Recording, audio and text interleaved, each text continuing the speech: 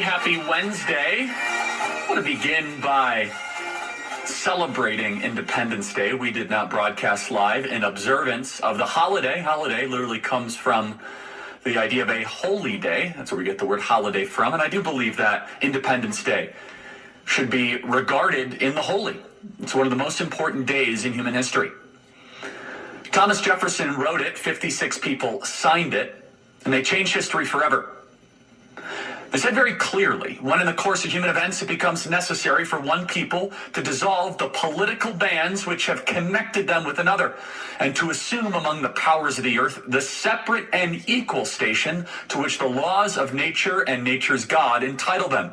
A decent respect to the opinions of mankind requires that they should declare the causes which impel them to separation. I'm going to press pause before I continue. That right there is a universal claim. When in the course of human events, it means it is applicable today. And in some ways, the argument made in the Declaration of Independence is actually more relevant today than even back then. Thomas Jefferson goes on to say that if you are a tyrant, a despot, a dictator, and you are taking the liberty and the freedom away of a people, those people have a right to separate, to challenge. Thomas Jefferson continued by saying, we hold these truths to be self-evident, that all men are created equal, that they are endowed by their Creator with certain unalienable rights, that among these are life, liberty, and the pursuit of happiness, that to secure these rights, governments are instituted among men, deriving their powers from the consent of the governed. Time out. He's telling you what government should be, not what government is. Thomas Jefferson is saying here that governments are formed by you, the people, but he says something that is so profound that was never really put into place except maybe Athenian democracy didn't last long. Deriving their powers from the consent of the governed. Not from King George, not from some monarchy, not from some oligarchy, but from you, the people. That whether any form of government becomes destructive of these ends, it is the right of the people to alter or to abolish it and to institute a new government, laying its foundation on such principles and organizing its powers in such form as to them shall seem most likely to affect their safety and happiness. And this is super important. Thomas Jefferson then uses an old Greek term that we should use again, which comes from prudentia, or practical knowledge. He says prudence. Indeed, we don't teach prudence anymore because our government education system, it's all about technical knowledge and new fashionable trends, not about ancient classical wisdom to be able to tell the difference between the holy and the profane and good from evil. Prudence indeed will dictate that governments long established should not be changed for light and transient causes. Shouldn't be changed just because you don't like little things. It should be for significant and heavy reasons. And accordingly, all experience hath shown that mankind are more disposed to suffer while even evils are sufferable than to right themselves by abolishing the forms to which they are accustomed. But when a long train of abuses and usurpations, pursuing invariably the same object evinces a design to reduce them under absolute despotism. Sound familiar? It is their right, it is their duty to throw off such government and to provide new guards for their future security. Such has been the patient sufferance of these colonies, and such now is the necessity which constrains them to alter their former systems of government.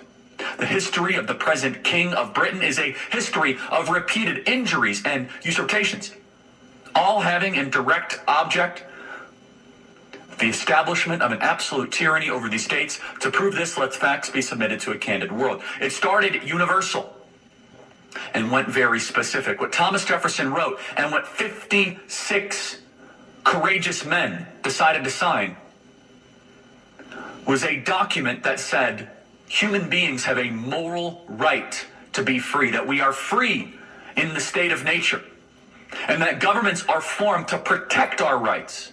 This is one of the most consequential, important moments in human history.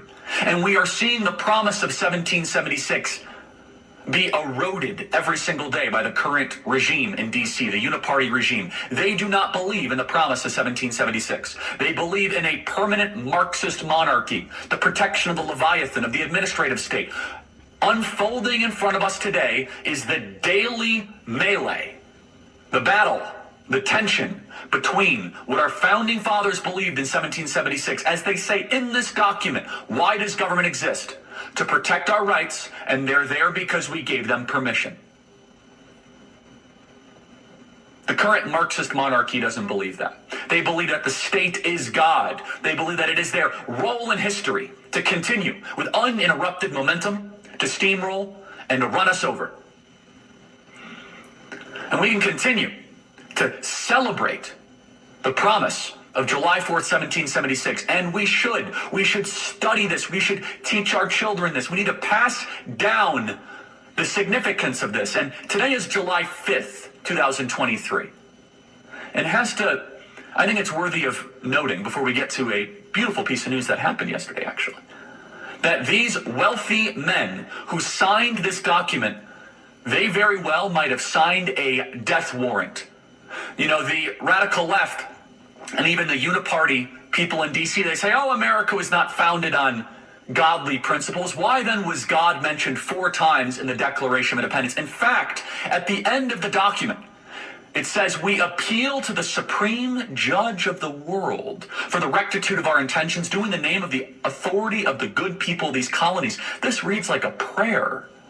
It reads as we are appealing to the ultimate power. This was a vertical appeal, that we, the people, we appeal to who gave us life, who breathed us into existence.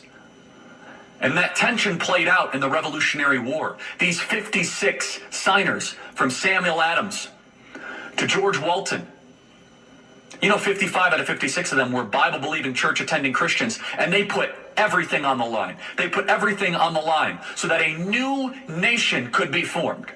We call that our birthday. Isn't it interesting that we call that our birthday? Not the ratification of the Constitution, not the ratification of the Bill of Rights. Why was that day, July 4th, 1776, our birthday? Because that was the beginning of the North Star of our nation. All men are created equal. We have a right to self-government. Do not get in our way.